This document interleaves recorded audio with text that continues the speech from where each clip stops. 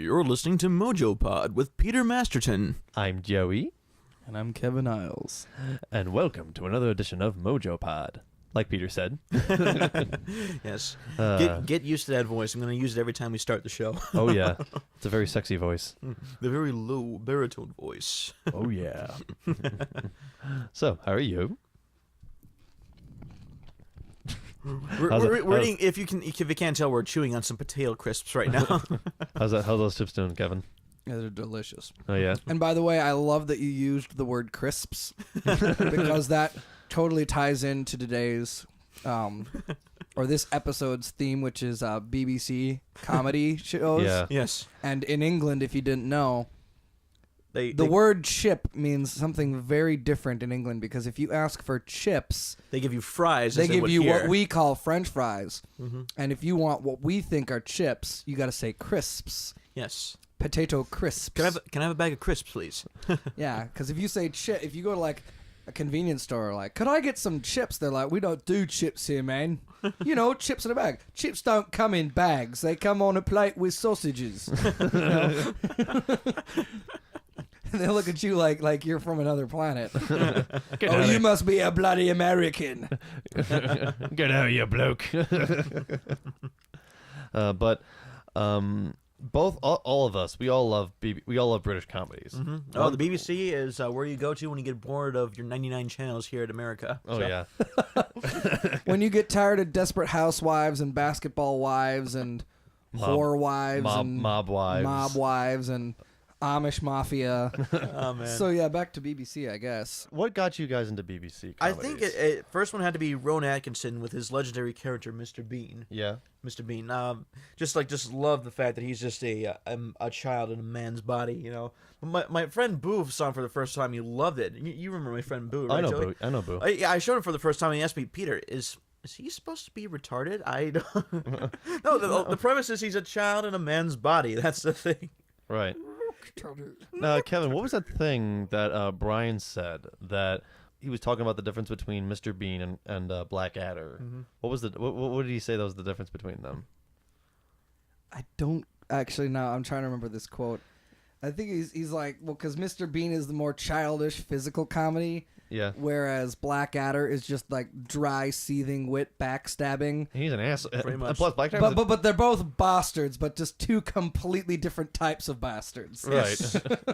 Yeah, in a way, because Mr. Bean, he is a child, and sometimes children can And be. he's a fucking jerk. Yeah, at times He he can be a doesn't jerk. he doesn't really care about anybody else. Yeah. It's just whatever he wants, he's gonna get it. It's just him and Teddy, basically. Pretty much. And Yeah. from time to time, his Minnie as well. You know. Oh yeah, Minnie. Oh the girlfriend. Oh, the girlfriend. Yeah, or that girlfriend. Or you see him at the. He takes the girlfriend to the magic show, and he makes an ass of himself on the stage. Oh god. It's like he keeps looking for his watch after the magician took it. He's like, "Excuse me, I'm looking for my watch. Have you seen my watch?" And he later on pulls out and like exposes all of his tricks and everything. And the girlfriend like flees to the dance club next door because she's so embarrassed. Yeah. Well, I love the one where they're at the movie theater, and he gets like this big thing of popcorn. She gets this small thing of popcorn. He starts eating up.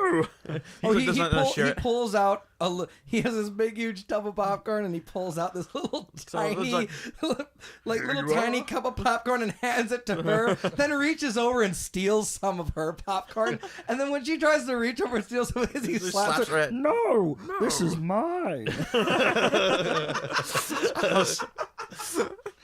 It's like, what an asshole.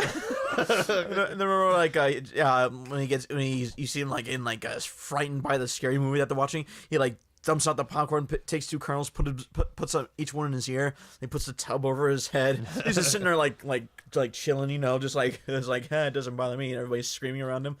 Takes off the tub after the movie, pulls out the two kernels, eats them. Oh yeah. reaches for his girlfriend's hand when she's putting her coat on. Gets like a sleeve, and he thinks like his hand's cut off. Like ah.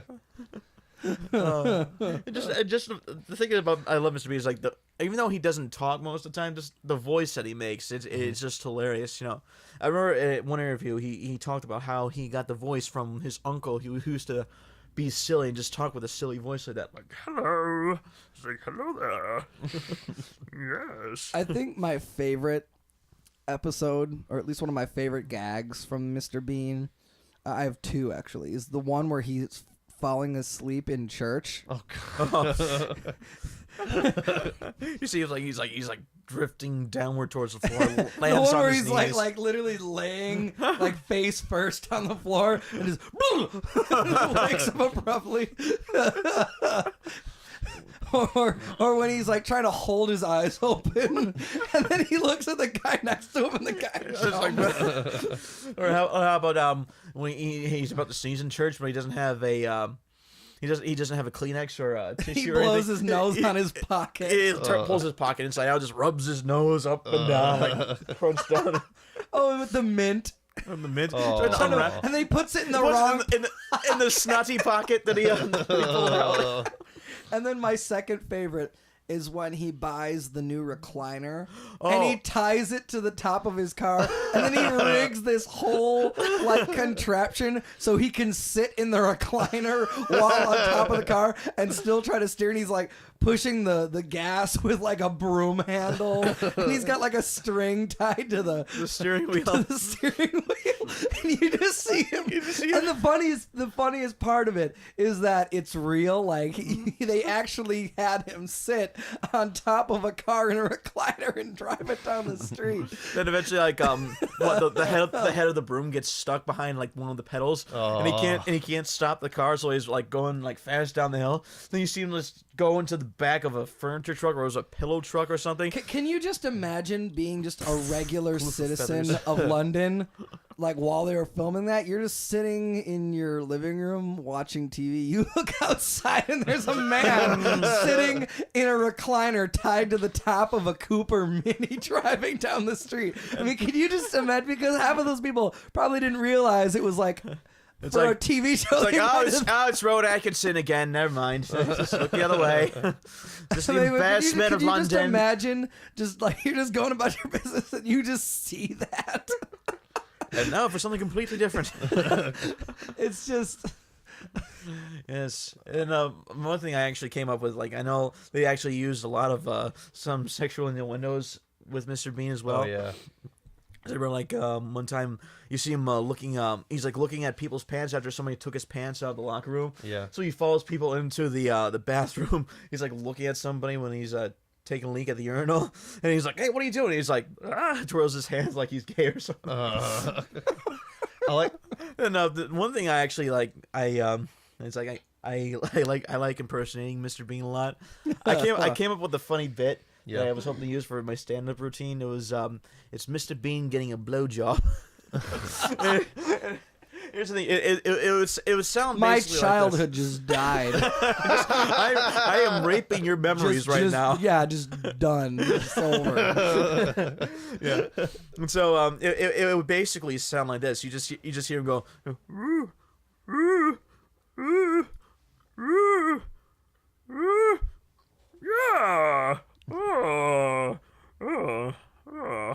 Thank you, Teddy."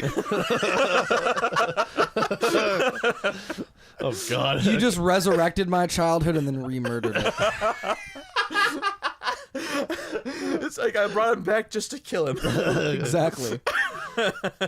You know, it's the funny thing about Mr. Bean is just how you can have a show and you can carry it throughout an entire half-an-hour episode and have such little dialogue because it's all just... I feel bad for blind people because blind people will never get to enjoy Mr. Bean because it's all physical comedy. Like I said, there's probably like... you could probably fit the amount of dialogue on a single page. Yeah, right. It looks like Rowan Atkinson returned as a radio show on BBC Radio 1 or something. But I was gonna say, yeah, I saw this funny but true motivational poster. It showed a picture of Rowan Atkinson. It said Rowan Atkinson making 3 generations of people laughing without muttering a single word. Oh yeah, that was awesome. I liked the one episode of Mr. Bean where he's going mini golfing and he keeps he's not like the guy who's like ahead of the golf thing is like, oh, you're not allowed to touch the ball, so he kept because he he accidentally hit the ball out of the course. So he's trying to get the ball back into the course. Instead, he hits the ball all the way to like the other side of town. He eventually goes into the sewers. So he's trying to hit it out of the sewers. It's like he gets closer, like shoots it through down one sewer drain, and then he's down in the sewers, and then you see him shooting the ball out through the sewer drain. It lands on a bus, and he sees it down from the angle in the sewers. It's like, oh no! My favorite is when it lands in the kid's ice cream. Oh, And then you just see him go up to the kid with the golf club. yeah. And then the mom comes out and the kid's just sitting there like pouting, It's like, holding this broken ice cream. She goes up, no more. I'm like that poor kid. Bro, how about when he hits? How shitty can your day be? And it's like, 5-year-old, try telling your mom that some grown-ass man What hit a golf ball into your ice cream and then putted it off your ice cream cone. Yeah, try telling your mom. She's going to believe that. then another place that the ball landed was in someone's grocery bag. This woman worked at the grocery store. It's like she lets the bag down because she forgot something. Then you just see him going up to the bag with the club, just like smacking the bag and smashing it, like Just smashing her poor woman's groceries. The lady comes out, and she like backs away slowly, like going for help. And she's this little old lady too. She's this poor little old lady too. Some crazy person smashing my groceries. Once again, it's one of those situations where what's happening is just so amazingly just like surreal. It's like, try explaining that to somebody. Yeah, just a grown-ass man with a golf club just started beating the crap out of my groceries. It's like people are gonna be like, yeah, okay, been hitting the sauce, haven't you? You know, it's like, so I feel like that's kind of like how he gets away with so much. Yeah. Because the things he does are just so amazing. They're just so unbelievable. Yeah. It's like, so like half the people who witness it, I don't even think that they believe what they're seeing. And like that's how he never gets arrested. Yeah. It's just because no one's gonna believe you. Yeah, a grown ass man wearing a brown suit, you know, neatly, you know, with a red groomed tie. hair and a red tie was beating the fuck out of my groceries with a golf club. You know, or was driving a car while sitting on a recliner tied to the top of his car. It's like, who's gonna believe that? Did we ever find out who the guy is in the blue car? No. You never find out who the three-wheel car? The blue, yeah, it was a blue Reliance Robin, basically. Yeah. And you just see him like. I'm glad I finally know that kind of car, the model. Yeah, so it's basically you just see him getting into trouble with him, like between the Mini and the Reliant. Mm-hmm. You just see him like when you see him trying to avoid paying for parking in the one garage.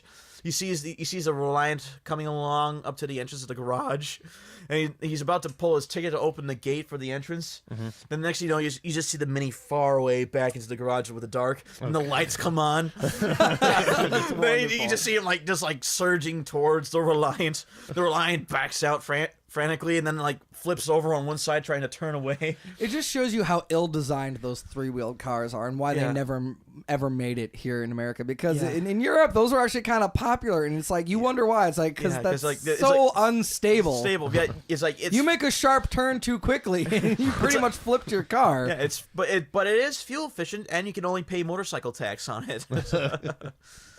I guess so. It's like despite being a death trap, other than that. Yeah. I think, but besides Mr. Bean, for me, what got me into British comedy was Mr. Bean, but also Monty Python. Monty Python. Because I remember when I was 10 years old, one of my old friends, we were in Nevada. We were at his grandma's place, and he was showing me Monty Python, the Holy Grail, and I remember laughing my ass off. And back then, that's when I was starting to get the whole random comedy thing from Monty Python. But I still remember because I'm laughing my ass off the entire thing, and then the one thing that threw me off was the very end. For those of you who haven't seen Holy Grail, either spoiler alert or you probably know the ending already. You know, at the very ending. I mean, I don't know why people are listening to this if they haven't seen it. It seems like true. a waste of time. Yeah, that's true. All these references are just going to be scratching their head like, what the hell are these people talking about? Exactly. Man driving a car in a recliner tied to the top. What? Yeah. Because you know the very ending of Monty Python where the movie just stops. Like, as they're about to storm the castle, the police come, they all get arrested. They just get arrested. And then the movie just ends. I went, that's it? My friend just goes, yeah, that's the end. I went, that's it? He goes, yeah, that's the end. I went, that's it? I remember because the Monty Python and the Holy Grail, that was my introduction to British comedy too, as well. Because I saw that movie before I ever even saw the TV series. Yeah, me too. And I remember the first time I watched that movie, I didn't like it. Really? Because I guess I didn't understand. I was like, why are they doing that? Well, it's supposed to be silly. I mean, I remember I just kept asking my parents why. Like, why is he doing this? Why does that happen? And they're like, it's just funny. Just laugh. And I was just Kevin, just laugh. I was okay. I was struggling with it because it just because it's just that zaniness of just randomness of the comedy. I guess maybe I was a little too young to understand it or appreciate it. But wait, how old were you when you first watched it? I must have been in like 4th or 5th grade.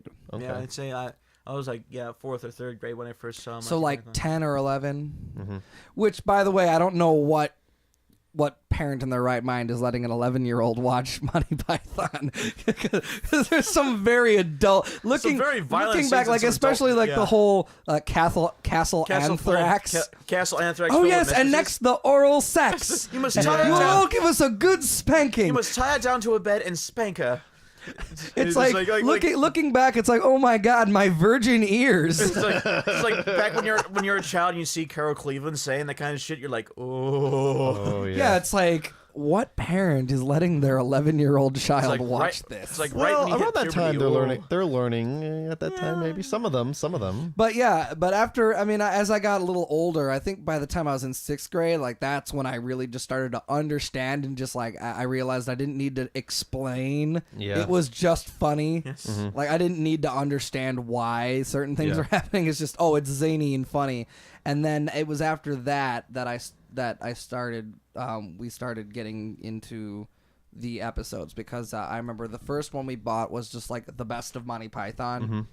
It was just like a best of Monty Python compilation. Yeah. You know, it had like the parrot sketch and, and the marriage guidance counselor. Oh, yeah. And, you know, the lumberjack song. Oh, you know, yeah, all the classics. And that was my introduction to the TV show. And once again, as I remember not liking it at first because I just didn't get it. And it was also just so different from, because like the movie, it's along for a movie with a plot, whereas this was just zany little sketches. And like I said, at first I didn't understand it. So it took me a while to get into it. Mm-hmm. Who's your guys' favorite Python? Let's see. For me, it would have to be a tie between John Cleese and Eric Idle, I think. That or a 3-way tie between John Cleese, Eric Idle, and Terry Jones. Just all 6 of them. Just all 6 of them. Terry Jones, Michael Palin, Terry Gilliam.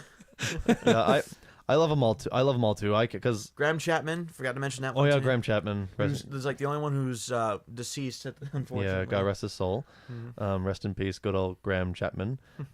So fucking dead, as John Cleese would say. Oh.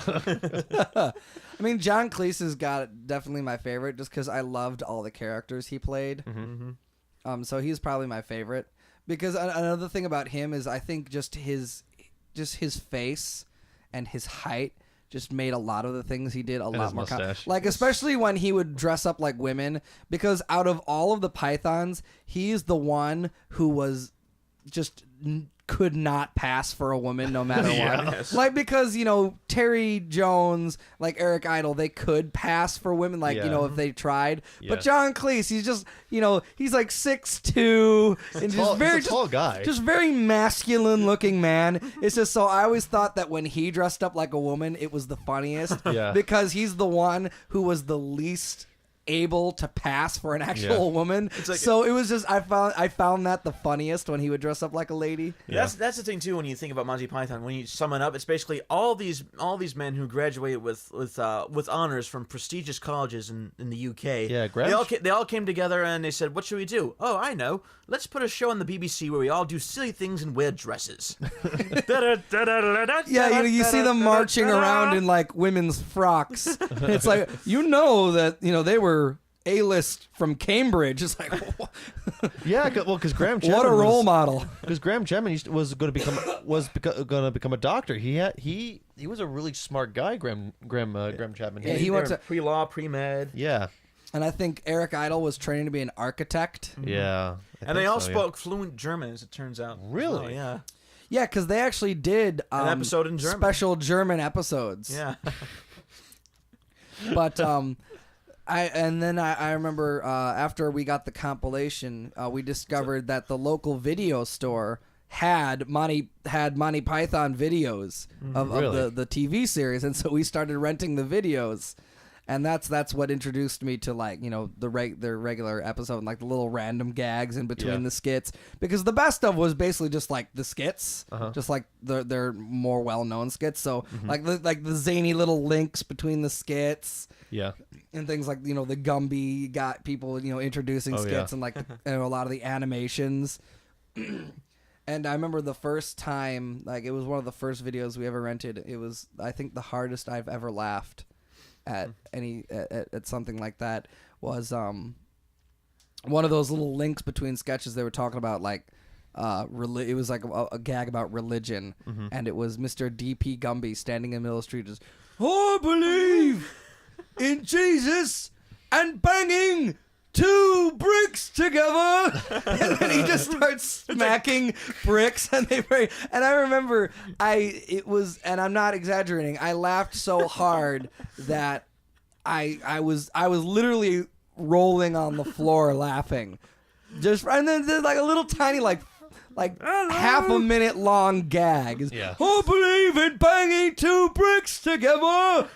Ooh, and then you're just smacking the bricks. It's like, so what this guy doing? Just like smashes him on his head when he's doing it. Oh, like and love another Oda. one that I love you. Ow, ow. or my brain hurts. or the I would tax anyone who stands in water. He's like standing and in the middle then of it a pans pond. out and he's standing in the middle of a creek. He's looking around like, or one that documentary that you and I watched, Joey. Yeah. The lawyer's cut. Yeah, the lawyer's cut. The fish slapping dance. Oh yeah. He just walks up back and forth from a guy and just slaps on both sides of his face with 2 small fishes.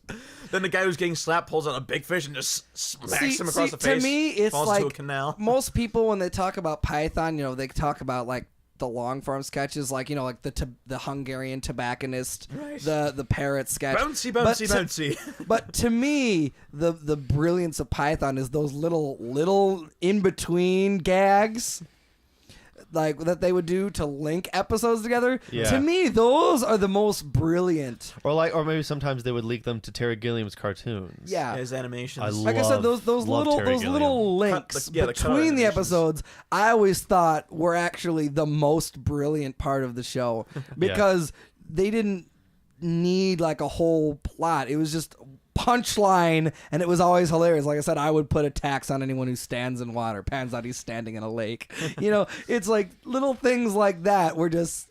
I remember, and the first time I showed my girlfriend Stephanie, those were always the things that made her laugh the most, because it was just the randomness and just like the zaniness. You didn't need context. It was funny. And to me, like I said, those are the parts of Monty Python that I actually enjoy the most.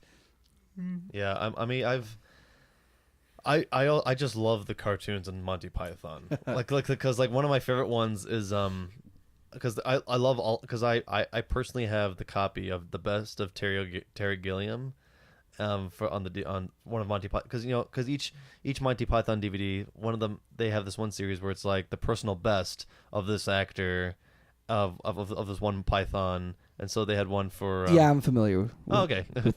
And so they had one for It's like extreme close up. Ah! Sorry.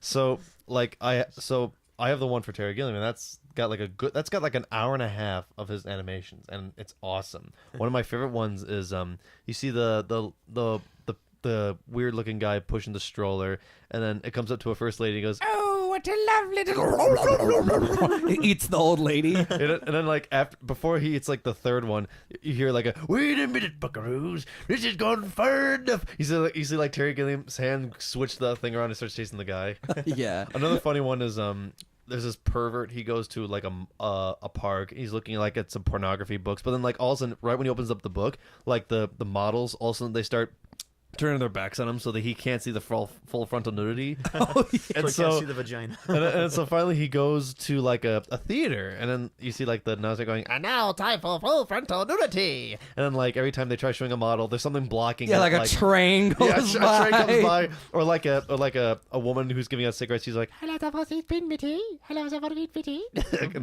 and then like I came here to see some full frontal nudity, and I'm gonna get some. He rips the pants off. Rips the host's pants off, and then his whole legs is just showing his bottom half. You just see his ass. It's like now sailor. Then a hammer comes down and smashes the guy in the audience. I think one of my favorites was the Krelm toothpaste. Yeah, it's like after a certain time, international communism. When one country or tooth falls to international communism, the ones around it soon follow. like tooth decay became a metaphor, or the shrill petrol Formula 902-4107, but after 9 p.m. 502-4035. So you actually memorized that? I don't think that's the exact number, but it was something like that. So here, the not white car versus the white car. What about the killer cars? The killer cars, was a good they'll one. jump out and eat people. yes, the killer cars. They have been around for many ages. They would come up for you from the alleys. And then the only thing that can kill them is like a giant cat, and then the cat starts eating like the buildings. And the only way to... Although I think my favorite Gilliam one was the one about the cancerous black spot. Oh yeah, then it finds another cancerous black spot, and it has its own family, and they start like multiplying like rabbits. My favorite is just the part where you see the guy goes. the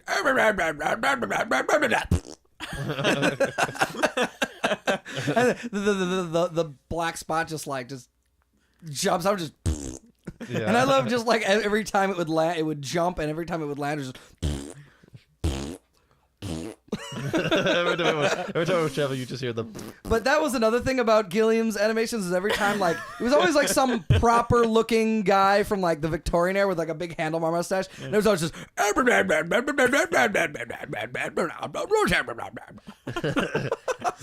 I always wonder how long did it take him to animate those shorts? Well, I mean, like you think about like back when Trey Parker and Matt Stone were animating South Park before they used computers. Yeah. Just paper cutouts. Just imagine like that same amount of time. I imagine.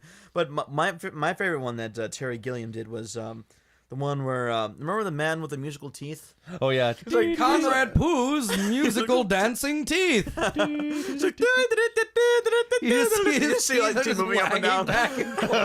Yeah, it's just like dancing to like an organ playing in the background, and they start like doing a wave in his mouth and everything. Oh yeah. Out of all the, then the end, it was like, oh, that was terrible. Out of all the Monty Python movies, which movies are your guys' favorites? For me, it would have to be a tie between the Holy Grail and Meaning of Life. How about you, Kevin? I mean, Holy Grail will always hold a special place in my heart because it was the first thing I ever saw, so I have that nostalgia. So I'm a little bit biased. I mean, I just think that Holy Grail was probably, I mean, that's most people's favorite because I think it's just at that time when they made it, it's just, all right, let's just write a movie and see what happens. Yeah. You know, and like after like the Holy Grail was a huge success, I think, you know, the quality of Life of Brian. Because not to say that Life of Brian isn't great, isn't like really funny, but I don't think it's quite as funny because I think just the pressure was on at that point. Yeah. You know, so I think that pressure kind of like, it's like, all right, well, the first movie was a hit, and now everyone expects this one to be just as good or not better. Well, also they were trying to make fun of people who follow religion. They weren't trying to, and then people misunderstood it because a lot of people. I think there were like some people who were trying to boycott Life of Brian because they were all like, this is an insult to my religion and stuff. But it's like, but they were saying, you know, we're not making fun of religion, we're just making fun of people who follow religion, and it does like this, it's like you just see like all these like crazy prophets in the streets. This is his gourd. Worship the gourd. No, the shoe. Worship the shoe. Where it's like, I'm not the Messiah. I am not the Messiah. He's not the Messiah. He's a very naughty boy. He's denying it. He is the Messiah. All right, I am the Messiah. He admits it. Yay. He is the Messiah. Now, fuck off. Where should we fuck off to? How shall we fuck off, sir? Anywhere. Anywhere. So, I mean, and like I said, I think all three are great, but like I said, I think Holy Grail will always be like that special one. I mean, I think Meaning of Life was the perfect way to end the whole Monty Python thing, because it was them coming full circle. Yeah. Because Meaning of Life really is just an hour and a half long episode of Monty Python's Flying Circus. Yeah. Because it's just an hour and a half of just skits. Yeah. And just the skits are just a little longer because it was a movie. And it's pretty much it's like, and they're all theming about life. Like they would go from birth all the way to death. So I actually thought it was a perfect way for them to come full circle from, you know, beginning as Monty Python's Flying Circus, you know, in the TV show, and then their last movie was basically just a really long episode of Monty Python's Flying Circus. And even at the end credits, they play the Monty Python's Flying Circus music. Cue the music. Yeah. You know, and I found out something interesting about that music is apparently that was just like when they needed a theme song, it's just, all right, well, we're called Monty Python's Flying Circus. Let's find some circus music. And that just happened to be the first, because they didn't want to pay royalties for a song. So they just looked on the list of all the public domain circus music, and that just was the first one. Really? Really? It's just they chose it simply because it was a circus themed song, and they didn't have to pay for it. That's awesome. And like now it's like such an iconic. People think, oh well, they must have thought so hard about what music to use. It was literally just like, oh well, that one's free, so let's use it. Perfect. Yeah, perfect, great. There, theme song. Just like so it was literally just like, okay, well, we just want a good public domain circus song. Oh, well, how about this one? Yeah, sure. Okay, let's go. Good. Yeah, just like on YouTube, whenever you upload a video and the audio that you use is copyrighted, they give you like a list of music that you can use and not get taxed or banned for it. Yeah. Yeah. So it was just literally because it was public domain and they didn't have to pay royalties to use it in the show. So.